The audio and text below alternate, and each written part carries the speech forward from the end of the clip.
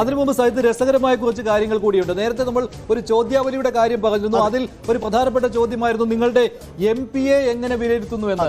MP-യുടെ പ്രവർത്തനത്തിൽ തൃപ്തിയുണ്ടോ, തൃപ്തിയില്ലേ, എത്രമാത്രം തൃപ്തിയുണ്ടോ, എങ്ങനെയുണ്ടായിരുന്നു? നമുക്ക് ഓരോന്നും കാസർഗോഡ് നിന്ന് തുടങ്ങാം അല്ലേ? അതിൽ ഏറ്റവും പ്രധാനപ്പെട്ട കാര്യം ഇത് കാസർഗോഡ് MP-യെ കൊള്ളിക്കുന്ന കാര്യമാണ്. അദ്ദേഹത്തിന് ഇഷ്ടപ്പെട്ടാലും ഇല്ലെങ്കിലും രാജ്മോഹൻ ഉണ്ണിത്താൻ കഴിഞ്ഞ തവണ രാജ്മോഹൻ ഉണ്ണിത്താൻ ജയിക്കില്ലെന്ന് എല്ലാവരും പറഞ്ഞതാണ്. പക്ഷേ അദ്ദേഹം ജയിച്ചു, MP ആയി ആദ്യമായിട്ട്.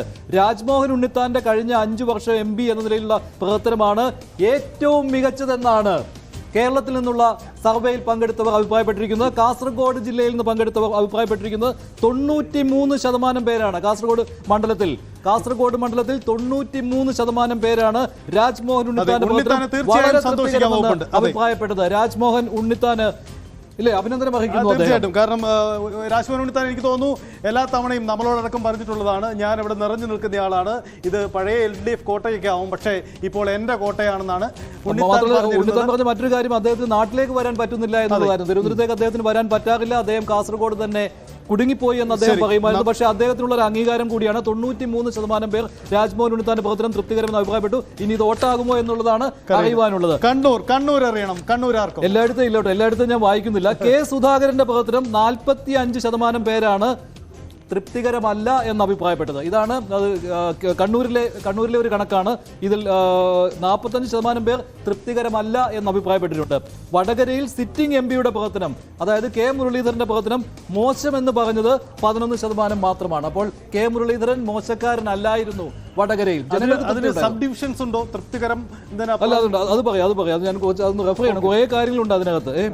പിന്നെ വയനാട്ടിലേക്ക് നമ്മൾ ചെന്ന് കഴിഞ്ഞാൽ രാഹുലിന്റെ പ്രവർത്തനം ഏറ്റവും മികച്ചതാണോ എന്നുള്ള ചോദ്യം ഉണ്ടായിരുന്നു. പക്ഷേ രാഹുലിന്റെ പ്രവർത്തനം വളരെ മികച്ചതെന്ന് പറഞ്ഞു, അതായത് ഏറ്റവും കൂടുതൽ ഹൈലി സാറ്റിസ്ഫൈഡ് എന്നുള്ള ആൻസർ പറഞ്ഞത് 13% ആളുകൾ മാത്രമാണ് വയനാട്ടെ കാര്യം. കോഴിക്കോട് സിറ്റിംഗ് MP-യുടെ പ്രവർത്തനം പ്രതീക്ഷിച്ച നിലയിലേക്ക് ഉയർന്നില്ല എന്ന് അഭിപ്രായപ്പെട്ടവരാണ് കൂടുതലായിട്ടുള്ളത്. മലപ്പുറത്ത് ഇത്തവണ സിറ്റിംഗ് MP മാറി മത്സരിക്കുന്നു എന്നുള്ള ഒരു പ്രത്യേകതയുണ്ടല്ലോ. അവിടെ 48% പേർ MP-യുടെ പ്രവർത്തനത്തിൽ നിരാശരാണെന്നാണ് സർവേയിൽ പറയുന്നത്. അപ്പോൾ മുസ്ലിം ലീഗിന് ഇത് ബോധ്യപ്പെട്ടിട്ടുണ്ടെന്ന് തോന്നുന്നു അല്ലേ? തീർച്ചയായിട്ടും ഉണ്ടാവണം. അതുകൊണ്ടാവണം അത്തരം അഭിപ്രായം അവിടെ ഉണ്ടായതെന്ന് വേണം മനസ്സിലാക്കാൻ. അതേസമയം പൊന്നാനിയിൽ മികച്ചതാണ് MP-യുടെ പ്രവർത്തനം, ET-യുടെ പ്രവർത്തനം എന്ന് അഭിപ്രായപ്പെട്ടത് 49% പേരാണ്. ആലത്തൂരിൽ ടൈറ്റ് ഫൈറ്റ് എന്നാണല്ലോ ഇപ്പോൾ പറയുന്നത്. പക്ഷേ രമ്യ ഹരിദാസിന്റെ പ്രവർത്തനത്തിൽ 71% പേർക്കും തൃപ്തിയാണുള്ളത്. തൃശ്ശൂരിൽ സർവേയിൽ പങ്കെടുത്ത 32% വളരെ മികച്ച സിറ്റിംഗ് MP ആണ് TN പ്രതാപൻ എന്നാണ് അഭിപ്രായപ്പെട്ടത്. ഇതിലേക്ക് കുറേ രസകരമായ കണക്കുകളാണ്. ഇതിന്റെ വിശദമായ കണക്കുണ്ട്, അത് മുഴുവൻ വായിക്കാനായിട്ട് ഏറെ സമയം വേണ്ടിവരും. പക്ഷേ ഇതിൽ ഇൻട്രസ്റ്റിംഗ് ആയിട്ടുള്ള കണക്കുകളാണ് പറഞ്ഞത്. ഏറ്റവും കൂടുതൽ ആളുകൾ വളരെ തൃപ്തികരം എന്ന് പറഞ്ഞത് രാജ്മോഹൻ ഉണ്ണിത്താൻ. ഒരു പക്ഷേ എനിക്ക് തോന്നുന്നില്ല കോൺഗ്രസ് പോലും അങ്ങനെ കണക്കിലെടുത്തിട്ടുണ്ടെന്ന് തോന്നുന്നില്ല. എന്തായാലും ഉണ്ണിത്താൻ സന്തോഷിക്കാനുള്ള കണക്കുകൾ ന്യൂസ് 8ന്റെ സർവേയിൽ പുറത്തു വരുന്നുണ്ട്. അവിടെ ഉണ്ണിത്താൻ തൃപ്തികരമായിരുന്നു എന്നതാണ് 95%. ഏത് സമയത്ത് വേണമെങ്കിലും കേരളത്തിന്റെ ഫലം സ്ക്രീനിൽ തെളിയും. LDF എത്ര, UDF എത്ര, BJP എത്ര, ഈ കണക്ക് അല്പസമയത്തിനകം വരും. ഇതിനകം ബീഹാറിന്റെ കണക്ക് മാത്രമാണ് വന്നിട്ടുള്ളത്. 21 സംസ്ഥാനങ്ങളിലെ സർവേയാണ് നടന്നിട്ടുള്ളത്. 21 സംസ്ഥാനങ്ങളുടെ 518 ലോക്സഭാ മണ്ഡലങ്ങളുടെ സർവേ ഫലമാണ് ന്യൂസ് 18 പുറത്തുവിട്ടുകൊണ്ടിരിക്കുന്നത്. അതിൽ